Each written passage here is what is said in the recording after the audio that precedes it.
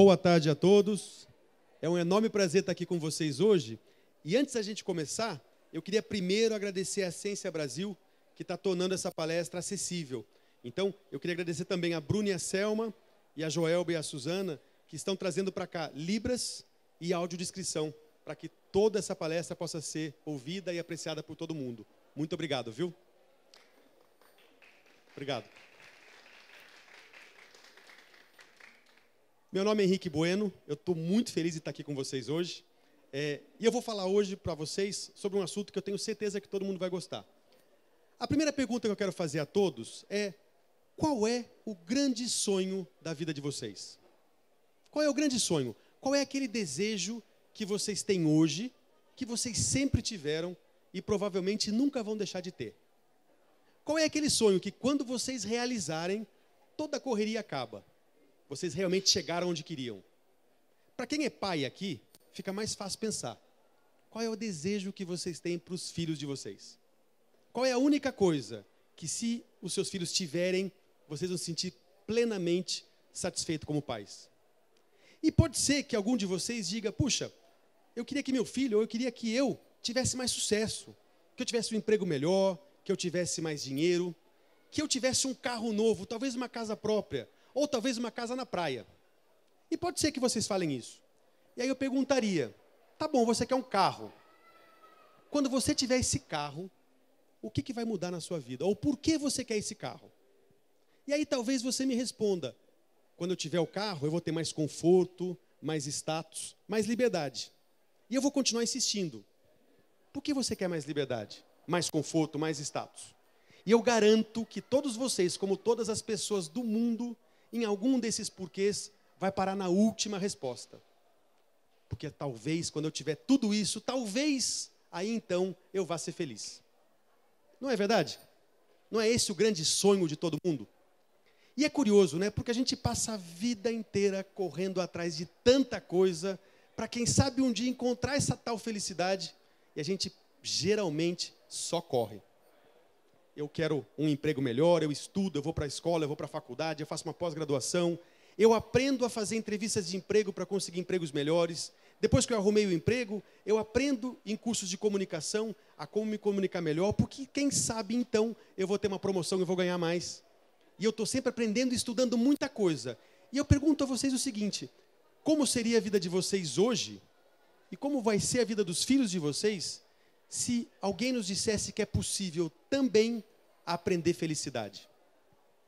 O que vocês acham disso? Como seria a vida de todos nós se, além da matemática, da física, da química, da biologia, se nós também tivéssemos estudado a sermos mais felizes? Faria alguma diferença? Bom, é sobre isso que eu vou falar aqui. O tempo é curto, então eu vou fazer um resumo geral de uma nova ciência, uma ciência fantástica chamada psicologia positiva. E eu vou começar falando dessa ciência linda, reclamando um pouquinho, porque o nome é terrível.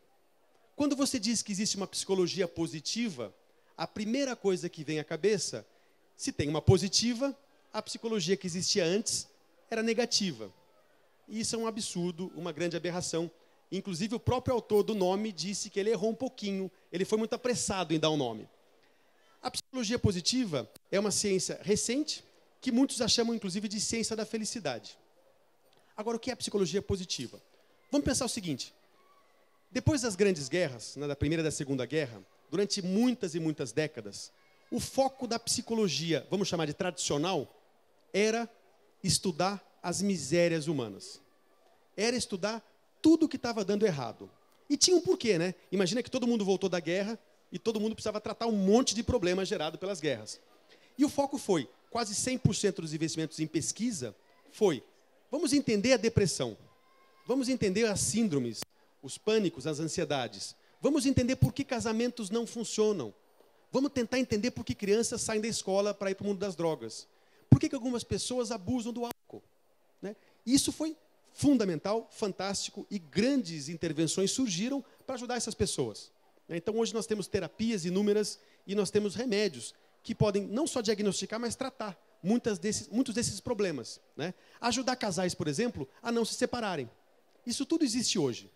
Mas pensem o seguinte: quando você trata um problema como esse, você tira a pessoa lá de baixo e traz ela para uma média. Faz sentido? Então eu consigo evitar que um casal se separe. Significa dizer necessariamente que eu consigo garantir que esse casal tenha um relacionamento extraordinário? Não, né? Então a psicologia tradicional, por uma razão muito óbvia e importante, ela focava muito em tirar da miséria e trazer para a média. E aí, no final do século passado, 2 grandes pesquisadores americanos começaram a conversar e pensaram o seguinte: poxa, existem 2 problemas aí. Primeiro, que ninguém quer viver na média. Por que existem algumas pessoas que estão tão lá em cima? Né? Pessoas que conseguem, nas mesmas 24 horas, produzir tanto. Casais que depois de 50 anos se amam loucamente. Como é possível que alguma escola, no mesmo bairro em que as outras escolas têm dificuldade, como é que essa escola consegue manter os alunos e levar a maioria para a faculdade? E pensando nisso, eles chegaram numa outra conclusão. Quando eu estudo a depressão, e eu mergulho no estudo da depressão, eu aprendo tudo o que eu tenho que aprender sobre o que é depressão. Mas eu não aprendo nada sobre felicidade. Pensem o seguinte: vocês têm uma criança de 6 anos ao lado de vocês, e vocês decidem ensinar essa criança as 10 maneiras de não se fazer uma pipa. As 10 maneiras que, se ele trabalhar intensamente e fizer aquela pipa, ela não vai voar. Com certeza, depois de 1 hora ensinando essa criança, ela vai com certeza saber as formas que ela não deve fazer uma pipa. Significa dizer que ela consegue fazer uma pipa que voe? Depois dessa 1 hora de ensino? E esse é o pulo do gato. Foi isso que a psicologia positiva percebeu. Estudar os defeitos humanos das comunidades, dos casais, me ajuda a tirar eles daqui e colocar num lugar que ninguém quer estar. Como é que a gente leva as pessoas daqui lá para cima? Esse foi o grande objetivo da psicologia positiva. Ela começou no final do século passado e hoje a gente é muito feliz em dizer que mais ou menos 50% dos investimentos do mundo e das pesquisas feitas em psicologia são divididas entre o lado de tratar o que precisa ser tratado, e isso é muito importante, mas também em aprender formas de tirar a pessoa da média para uma vida extraordinária. E como é que isso é feito, né? Por um lado, os temas da psicologia positiva podem se confundir com temas de autoajuda, com temas de religião. A diferença é o método científico. Então, os pesquisadores vão para cidades, por exemplo, no Japão, na Itália, na Califórnia, onde os indivíduos vivem com saúde até os 104, 108 anos. E vão entender o que eu posso isolar desse grupo, que se outras pessoas em outros lugares fizerem, elas também podem ser mais longevas. Ao invés de eu estudar o casal que está fracassando, como é que eu estudo aquele casal que vai tão bem? O que ele tem de diferente que eu posso aplicar na vida das pessoas? E diferente da autoajuda, eles fazem isso através de pesquisas com muito embasamento para comprovar formas que, se você fizer desse jeito, a gente testou em laboratório e funciona com 90% das pessoas. Então a ideia é aprender de fato a usar intervenções práticas, aplicáveis no dia a dia de todo mundo, que de fato tem uma tendência de funcionar. Quem aqui já leu um livro de autoajuda? Alguém mudou a vida completamente depois do livro de autoajuda? Basicamente, o problema, por mais bem intencionados que eles sejam e por melhores que eles possam ser, eles trazem um impacto emocional muito grande. Você sente que, puxa vida, agora que eu aprendi isso, minha vida vai mudar. Só que no dia seguinte você acorda e volta a fazer tudo igual. Né? Aquilo pode ter funcionado para o autor do livro, mas não necessariamente vai funcionar para todos. A psicologia positiva estuda intervenções reais, que se você mudar na sua vida, você pode alçar voos em bem-estar e felicidade. Tá?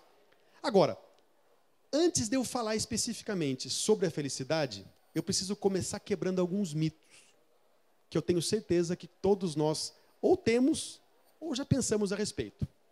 Primeiro mito: vocês acham que dinheiro traz felicidade? Que sucesso traz felicidade? Se vocês não acham, algum dia vocês ouviram isso. E é provável que algum dia vocês tenham dito isso para alguém. Veja que interessante. É uma crença muito comum. Quando eu tiver dinheiro, eu então vou ser feliz. O que a ciência demonstra hoje? E se fosse verdade, a gente não tinha os grandes milionários, artistas famosos de Hollywood com problema de suicídio e drogas, etc. Né? Então, existem muitas evidências que mostram que não existe uma correlação direta entre dinheiro e felicidade. O que a psicologia positiva conseguiu demonstrar em laboratório?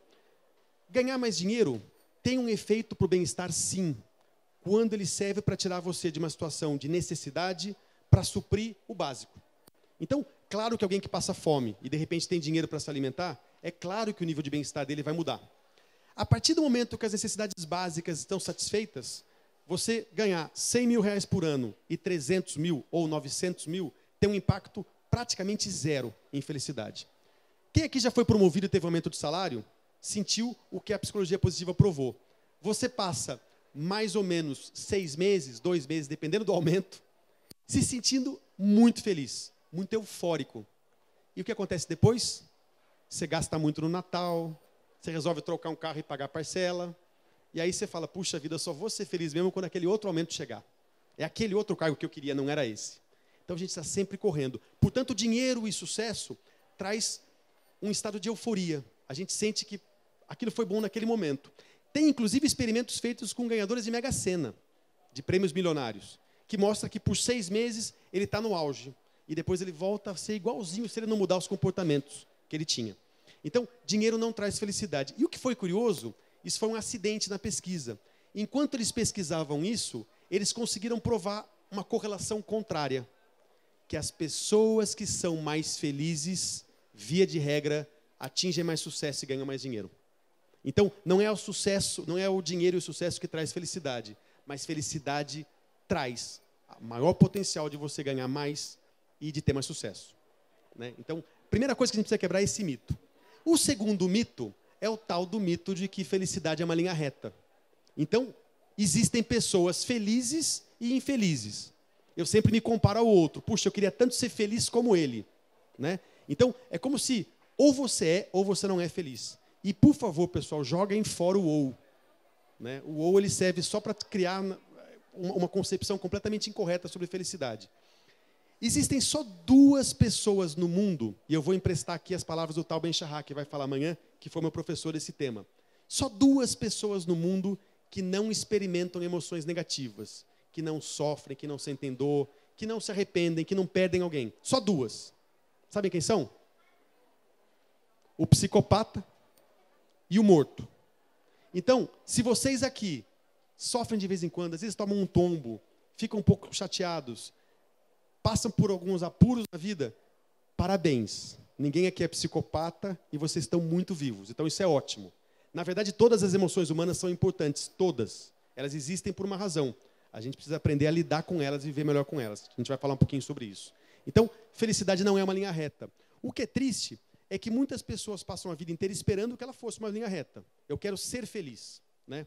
Outras passam a vida inteira vivendo as experiências de altos e baixos, mas em todo ponto, quando você para e olha para trás, você vê que você está na mesma linha. Você não evoluiu, você não andou. O que a psicologia positiva prega é que as vicissitudes da vida vão continuar. Você vai continuar tendo altos e baixos. Mas seria muito bacana se você conseguisse passar pelos altos e baixos e a cada ponto dessa curva olhar para trás e ver que você está evoluindo.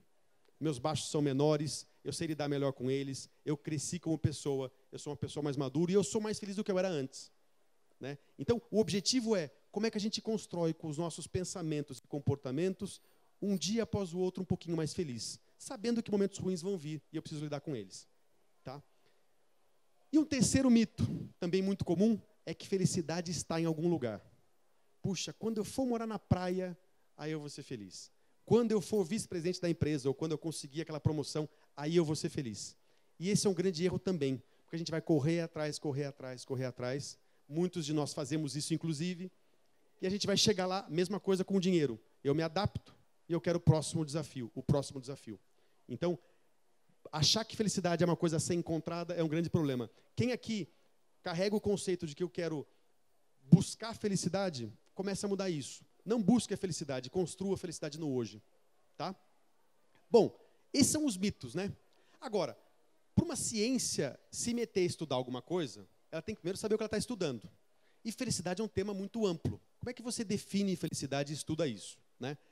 A primeira coisa que a psicologia positiva fez foi definir felicidade, começar a criar modelos para entender a felicidade.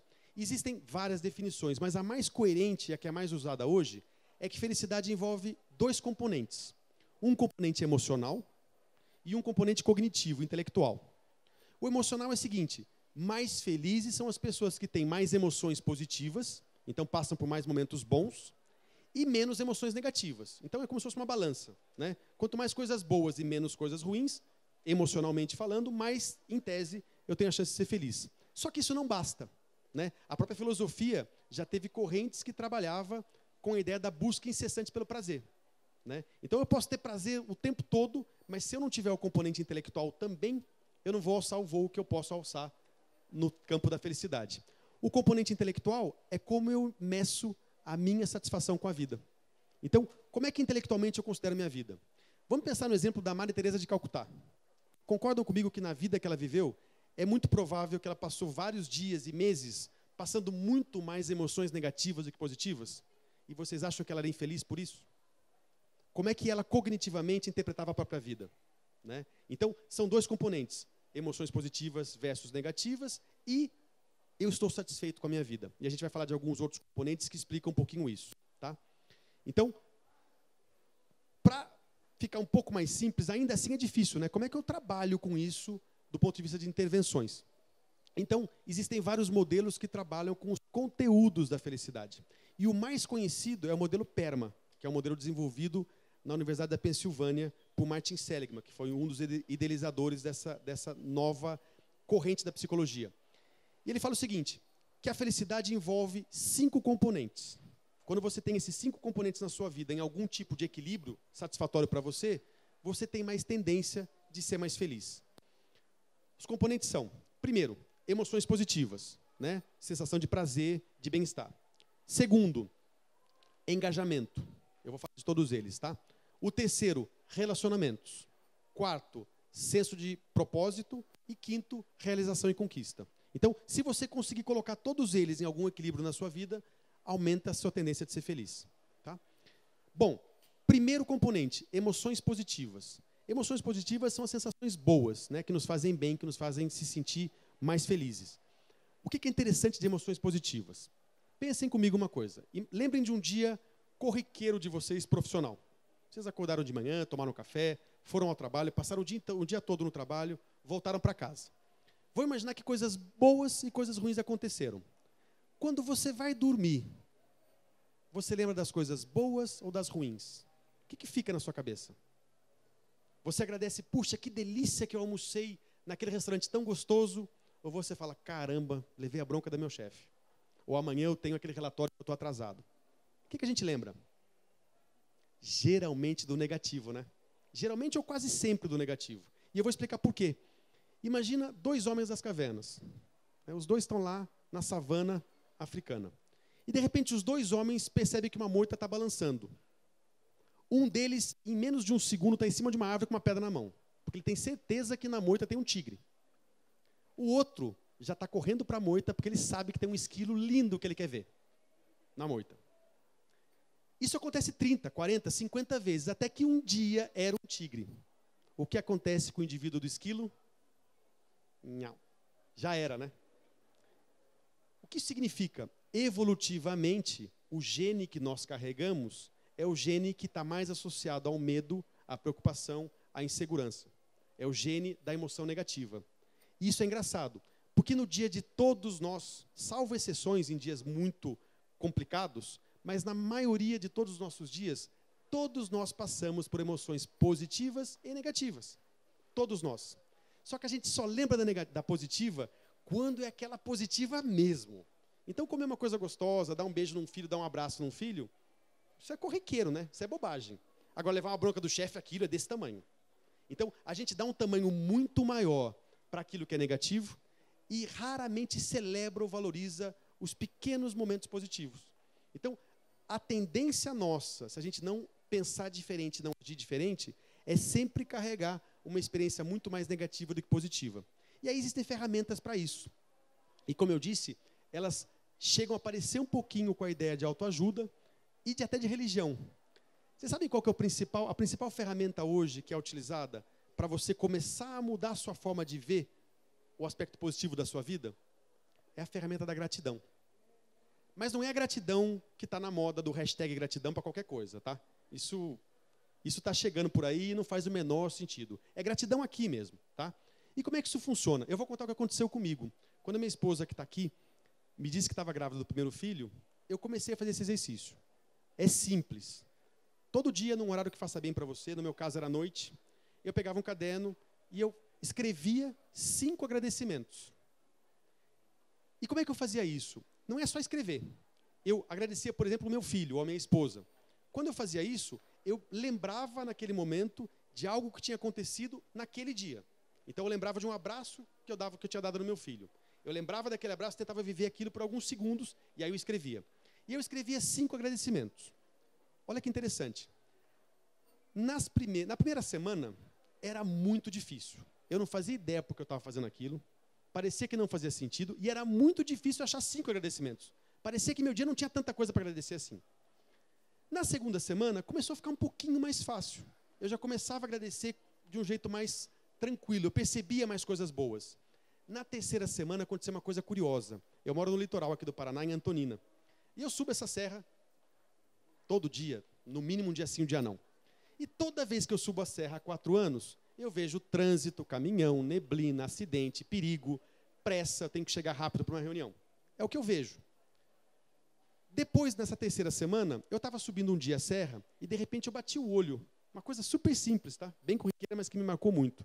Eu bati o olho ao lado da estrada e eu vi um IP amarelo. Imediatamente, não sei porquê, eu olhei para cima. E quando eu olhei para cima, eu vi a serra completa de IPs amarelos. E na hora, sem eu fazer qualquer tipo de pensamento, ou sem planejar qualquer coisa, a mensagem que veio na minha cabeça foi: não esquece de colocar no diário à noite. E aí eu percebi uma coisa que a psicologia positiva estuda, que é o fenômeno da neuroplasticidade. Eu percebi que o meu cérebro, depois de só 2 semanas, ele não tinha mais que chegar à noite para tentar lembrar alguma coisa boa. Ele já estava buscando ativamente ao longo do dia. Imagina o seguinte: se nossa genética nos força a lembrar do que é negativo, a gente tem uma musculatura que a gente usa há anos. Ela está forte. O cérebro tem uma conexão muito forte. E a do positivo, eu só vou lembrar se for uma coisa muito boa. Quando você começa a exercitar, a lembrar do positivo, você começa a criar uma conexão, você começa a trabalhar a musculatura desse lado também. E fazendo isso sempre, você começa a criar uma conexão muito mais forte e você passa a procurar e a encontrar os pequenos micromomentos, como esse, de ver um EP amarelo e apreciar aquilo no momento. Então você não só agradece, como você se torna mais apreciativo. E isso muda completamente o coeficiente entre emoções positivas e negativas. Não que eu precise ter mudado quantas emoções positivas eu passo, mas eu passo a percebê-las melhor. Isso muda completamente o seu estado de espírito. Tá? Próximo componente, então, da felicidade. Pessoal, tem metodologias de avaliação, de medição de cada componente e exercícios também que você pode aplicar. Eu tenho tudo isso comigo, eu estou num stand aqui, quem quiser saber depois, estou à disposição. Tá? O próximo componente é o engajamento. Todo mundo já se engajou alguma vez na vida. Engajamento é, você está fazendo alguma coisa que você esquece completamente do tempo. Você esquece de ir no banheiro, esquece de comer, e pode ter passado 5 minutos ou 3 horas, você está lá completamente entretida. Todo mundo passou por isso, certo? Como é que a psicologia positiva entende o seguinte: quanto mais momentos de engajamento absoluto, em inglês eles falam que chama-se flow, tem um livro muito bacana chamado Flow, inclusive. Quanto mais em flow você vive, muito mais experiência positiva você tem. Né? Isso pode acontecer no dia a dia em casa, jardinagem, brincando com o filho, e pode acontecer no trabalho. Né? Como é que você constrói mais flow na sua vida? Basicamente, aliando 3 coisas. Primeiro, atividades que você gosta de fazer, que te dão prazer intrínseco. Atividades que cobram de você o uso do que você tem de mais forte e poderoso. Então, não trabalhar com aquilo que você tem uma deficiência, mas aquilo que é uma fortaleza sua. E mais do que isso, você fazer alguma coisa que te traz um senso de propósito. Então, a ideia desse componente é como é que você busca, através de técnicas que nós temos hoje, identificar prazeres, fortalezas e propósito e encontrar no seu dia a dia, tanto pessoal quanto profissional, mais momentos desse. Como é que eu posso, no meu trabalho, fazer mais coisas que envolvam potencial, prazer e propósito? E tem uma coisinha importante também. Se você faz isso com um desafio muito simples, dá até um pouco de preguiça e gera até procrastinação, que é muito fácil, você já faz isso de olho fechado. Então, não gera flow. Se você faz algo muito desafiador, muito acima do seu potencial desse momento, gera ansiedade. Então, o importante é esticar a corda num nível que você queira correr atrás, se esforce, mas que não seja difícil demais. Tá? Também tem técnicas para isso. O próximo componente são os relacionamentos.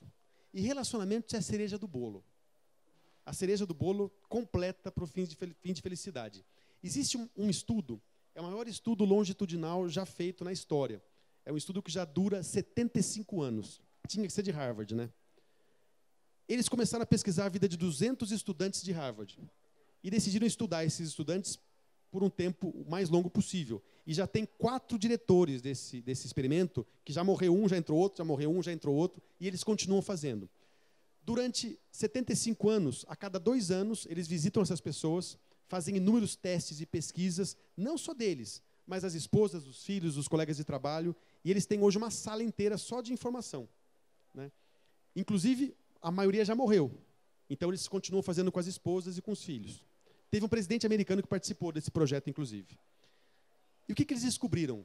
Se a gente conseguir pegar a vida de todo mundo, as pessoas bem-sucedidas e felizes, só existe uma coisa que eles têm que é idêntica. O resto, cada um pode ter de um jeito. Mas uma coisa é invariável em todos. Os mais felizes são os que têm os relacionamentos mais positivos e saudáveis. Então, quanto mais positivo forem os seus relacionamentos, inclusive é fácil, né? Parem para pensar aqui por 30 segundos na experiência mais positiva que vocês tiveram na vida. Ou não, nas 10 experiências mais positivas. Eu duvido que alguém pense em alguma experiência como essa sem associar uma pessoa. Sempre em conexão com alguém. Então, relacionamento faz toda a diferença e existem técnicas para construir isso. A primeira delas, que é a mais fácil, que não é a psicologia positiva que estuda, é quando você conversar com alguém, olhar no olho e não para o celular. Então, olhar no olho, brincar mais, interagir mais, faz toda a diferença. Quanto melhores forem os seus relacionamentos, seguramente melhor vai ser seu nível de satisfação com a vida. E o legal do relacionamento é que bons relacionamentos também trazem emoções positivas, também trazem propósito e também geram engajamento. Então, com um único item, você acaba completando outros setores, outros componentes da felicidade também. O quarto componente é propósito. Tem um curso de coaching muito bacana aqui em Curitiba chamado Ikigai. Ikigai é uma palavra japonesa que significa saber por que eu acordo de manhã. Faz toda a diferença, né? Quando você acorda um dia após o outro, porque eu tenho que trabalhar, e quando você acorda porque você sabe o que você está fazendo, o que você quer buscar naquele dia, faz uma diferença brutal, né? Quem tem a síndrome aqui da musiquinha do Fantástico, né? Chega no domingo, só de ouvir aquela musiquinha, fala, puxa, segunda-feira já está aí. E aí você acaba com o próprio domingo de pensar na segunda-feira. Então, encontrar um propósito faz toda a diferença. Encontrar um porquê. Por que eu acordo de manhã? E uma coisa muito importante aqui. Muitos de nós achamos que propósito tem que ser uma coisa tipo da Maria Teresa. Então, propósito, eu nunca vou achar um propósito como esse. Não precisa ser assim. Propósito pode ser seu exemplo de pai para o seu filho. Pode ser qualquer outro. Então, conectar o seu propósito com o que você faz, com a sua vida, com o seu dia a dia. Tá? E o último componente, que é o senso de realização e conquista. Foi o que eu falei, lembra que eu coloquei aquela curva, olhar para trás e ver que você andou? Senso de realização e conquista é você olhar para o seu passado e ver que, tá bom, tem coisas faltando, eu ainda quero andar muito, mas olha o que eu já andei, olha o que eu já fiz. Minha vida mudou, minha vida melhorou, eu consegui fazer muita coisa. E eu garanto, eu desafio qualquer pessoa que eu trabalho no meu processo de coaching ou em treinamentos, qualquer pessoa, se você olhar para a sua vida sobre uma ótica positiva, é impossível você não perceber o quanto você já andou. É como você escolhe olhar. Depois que você olhar para a sua vida e entender o quanto você andou e quanto isso foi bom, você conectar quais foram as fortalezas que fizeram você conseguir isso, e aí construir em você um pouco mais de esperança e ser um pouco mais positivo em ver que, puxa vida, eu tenho tudo o que eu preciso para continuar andando. Eu não vou conseguir amanhã, nem depois de amanhã, mas eu vou continuar andando, continuar caminhando. Aí, é muito importante continuar sonhando grande, mas aprender que sonhar grande sem transformar isso em metas e sem dividir em pequenas etapas, você talvez fique só no sonho. A psicologia positiva provou, por A mais B, que não dá para pensar uma vida mais feliz. Você precisa pensar e precisa agir, se movimentar, se mover, mudar comportamentos. E é possível e existem intervenções para todos esses componentes. Tudo bem? Quem quiser mais informações sobre isso, eu estou no stand aqui, tenho o cartão, eu posso mandar para vocês também. O que eu queria dizer só é, primeiro, agradecer mais uma vez o que vocês estão fazendo aqui, que isso é lindo. Eu até estou movido a, nos meus vídeos agora, a partir de agora, tentar fazer um trabalho como esse, que eu acho isso importantíssimo. Parabéns mesmo. Parabéns vocês por estarem aqui. E eu quero terminar dizendo uma coisa muito simples. Não esqueçam disso. E tem muita coisa hoje que a gente pode encontrar para aprender cada vez mais isso. Felicidade se aprende. Felicidade se aprende. Obrigado, viu?